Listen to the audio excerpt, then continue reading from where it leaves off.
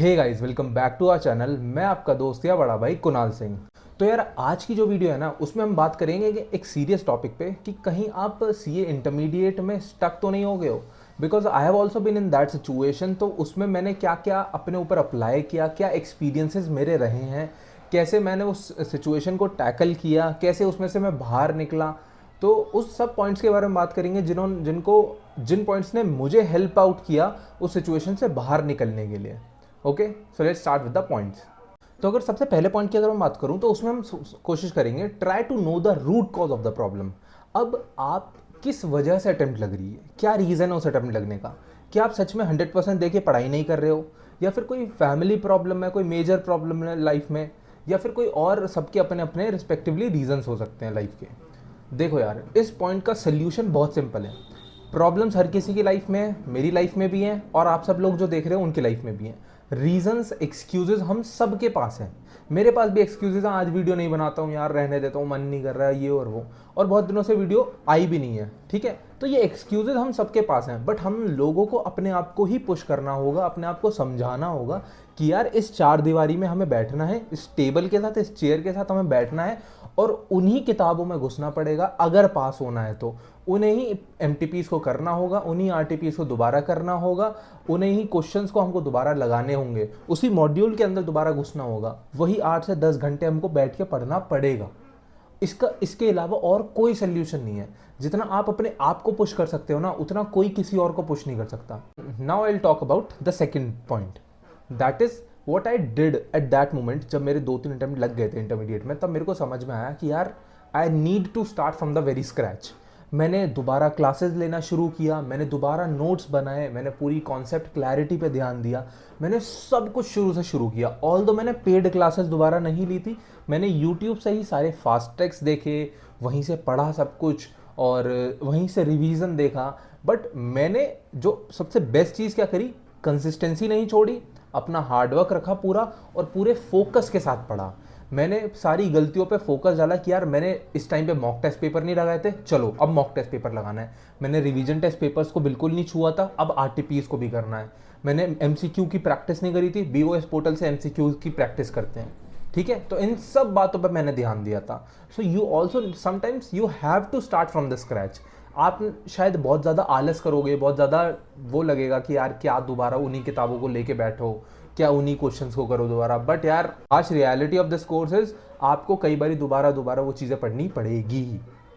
Third point is, मैंने ये point बहुत पहले भी वीडियोस में डिस्कस कर रखा है, लेकिन मैं दोबारा इस पॉइंट को डिस्कस करूंगा, और मैं इस पॉइंट पे पूरा जोर डालता हूं हमेशा वीडियो में। That is stick with ICI materials. अब उस मटेरियल में क्या क्या इंक्लूड होता है, जो हमें मॉड्यूल्स मिली हैं वो सारी की सारी, अब वो चाहे पुरानी हो चाहे नई वाली हो, डजेंट मैटर। नई वाली भी अपनी ऑनलाइन पीडीएफ पड़ी हुई हैं, आप वहां से भी क्वेश्चन उठा के कर सकते हो।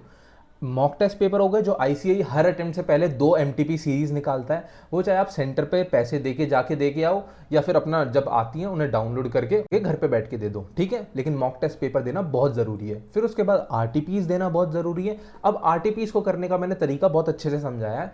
चैप्टर को रिवाइज करो, तुरंत उस आरटीपी के जितने भी 2 आरटीपीज आती है मेरे ख्याल से, उनके क्वेश्चंस को सॉल्व करो, या फिर ट्राई करो पिछली अटेम्प्ट के आरटीपीज के भी क्वेश्चंस को सॉल्व करके रखो। ठीक है, फोर्थ पॉइंट क्या है, प्रीवियस ईयर क्वेश्चन पेपर्स को करो। अब प्रीवियस ईयर क्वेश्चन पेपर को जरूरी नहीं है कि आप पूरे क्वेश्चन पेपर को बैठ के करो। ठीक है, आप जो है अपने चैप्टर वाइज जो क्वेश्चंस हैं उनको भी सॉल्व आउट कर सकते हो, क्योंकि मैंने ऐसे ही किया था। मैंने मॉक टेस्ट पेपर पूरे बैठ के 3 घंटे 15 मिनट बैठ के करे थे, बट मैंने प्रीवियस ईयर के क्वेश्चन पेपर्स को चैप्टर वाइज किया था। एक चैप्टर रिवाइज किया, उसके पिछले 2 से 3 अटेम्प्ट के क्वेश्चंस लगा लिए, दूसरा चैप्टर किया, उसके 2 से 3 अटेम्प्ट के क्वेश्चंस लगा लिए। ठीक है, और ट्रस्ट मी गाइज, आईसीआई के मटेरियल से ही अप्रोक्सीमेटली 70% पेपर जो है सिर्फ और सिर्फ आईसीआई के मटेरियल से ही बनता है। ट्रस्ट मी, चाहे आप कंपेयर करो पिछले कितनी भी अटेम्प्ट से, आपको आईसीआई मॉड्यूल के क्वेश्चन सीधे उठे हुए मिल जाएंगे, आरटीपी के क्वेश्चन सीधे उठे हुए मिल जाएंगे। और ये बात है सच में। बहुत गर्मी हो रही है भाई तो do like, share, comment and subscribe.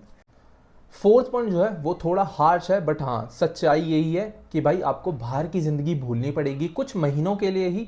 No parties, no birthdays, nothing like that, no family functions, कुछ नहीं।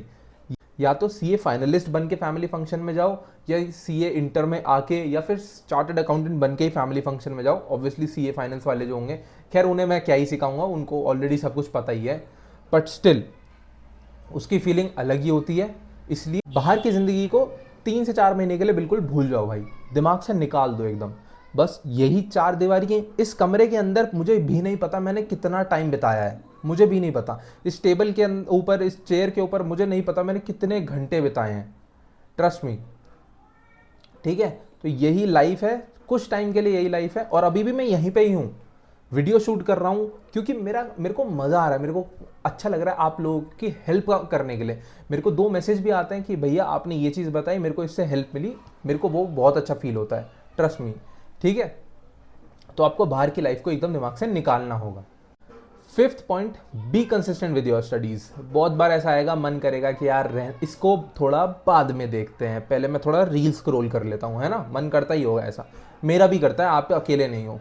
बट उसको साइड में रखना पड़ेगा, अपने को पढ़ाई पे ही फोकस करना पड़ेगा, अपने को वो मॉड्यूल उठानी पड़ेगी, क्वेश्चंस करने पड़ेंगे, रिवीजन करना पड़ेगा। मेरा भी मन करता है यार, वीडियो बनाने का मन नहीं कर रहा, थोड़ा अभी कल बनाते हैं, परसों बनाते हैं, बट मैं स्टिल कंटेंट लिखता हूँ, स्टिल जब भी टाइम मिलता है वीडियो शूट करता हूँ, एडिट करता हूँ, सब काम खुद ही करने की कोशिश करता हूँ, क्योंकि मुझे इस चीज़ में बहुत मज़ा आ रहा है, मुझे इसमें अलग ही तरीके की चीज़ सीखने को मिल रही है। आउट ऑफ दिस कोर्स मैं कुछ अभी तक कर ही नहीं पा रहा था, but now I am reaching to all of you guys, तो मेरे को इस चीज़ में भी एक अलग ही मज़ा आ रहा है। जैसे मेरे को वर्कआउट करने में मज़ा आता है, वैसे ही मेरे को इसमें भी बहुत मज़ा आता है। ठीक है, 6th पॉइंट बहुत इंपॉर्टेंट पॉइंट है, मैं बहुत क्रिस्प रखना चाहता हूँ वीडियो को, इसलिए ज़्यादा लंबी नहीं बनाऊंगा, ज़्यादा लंबी नहीं खींचूंगा। अपन को क्या करना है 6th पॉइंट में, रिवीजन। अब कोई भी सीए का एग्जाम हो, सीए में कुछ भी, कोई भी कॉम्पिटिटिव एग्जाम है भाई, हमको लगता है हमने वीडियो लेक्चर्स लगा लिए, बस हमारा काम तो हो गया, अब हम इसको ज़्यादा खींचने की ज़रूरत नहीं है। लेकिन नहीं, the main part is revision. उसको पढ़े हुए को जब तक आप 1 से 2 बार 3 बार रिवाइज नहीं करोगे, तब तक वो दिमाग में बैठेगा ही नहीं। पेपर में जाके लिख के क्या होगे, कुछ भी नहीं लिख पाओगे भाई। अब रिवीजन करना कैसे है, प्रैक्टिकल के लिए डेफिनेटली क्वेश्चन सॉल्व करने हैं, और कॉन्सेप्ट क्लैरिटी सबसे इंपॉर्टेंट पार्ट है। कॉन्सेप्ट क्लैरिटी पे पूरा फोकस रखना है, और थ्योरी पार्ट के लिए भी concept clarity plus writing practice करना बहुत जरूरी है, खासकर obviously corporate and other laws में और ऑडिट में, और साथ ही साथ अब तो स्ट्रैटेजिक मैनेजमेंट में भी बहुत ज़्यादा ज़रूरी है। इन सब में राइटिंग प्रैक्टिस करना बहुत ज़रूरी है। दिन के 2 क्वेश्चन सॉल्व करो, बट करो, ज़रूर करो।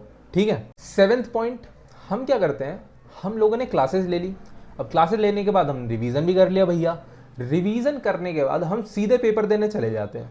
अरे भाई, मॉक टेस्ट पेपर तो सॉल्व करो, रिवीजन टेस्ट पेपर तो सॉल्व करो, जो पिछले साल की एमसीक्यू बुकलेट्स अब जो प्रोवाइड कर रहा है आईसीएआई, उनको सॉल्व करो ना।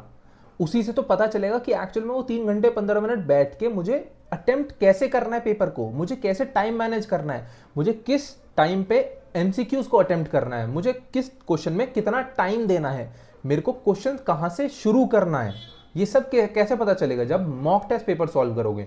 उससे ज़्यादा हेल्प कुछ भी नहीं करता पेपर को अटेम्प्ट करने के लिए। Okay, last but not the least, already पता है आप लोगों को, बिलीव इन योर सेल्फ, अपना ध्यान रखो, पढ़ाई पे पूरा ध्यान रखो, थोड़ा टाइम फैमिली के साथ बिताओ, और पूरा का पूरा टाइम जो है सिर्फ और सिर्फ पढ़ाई पे रखो।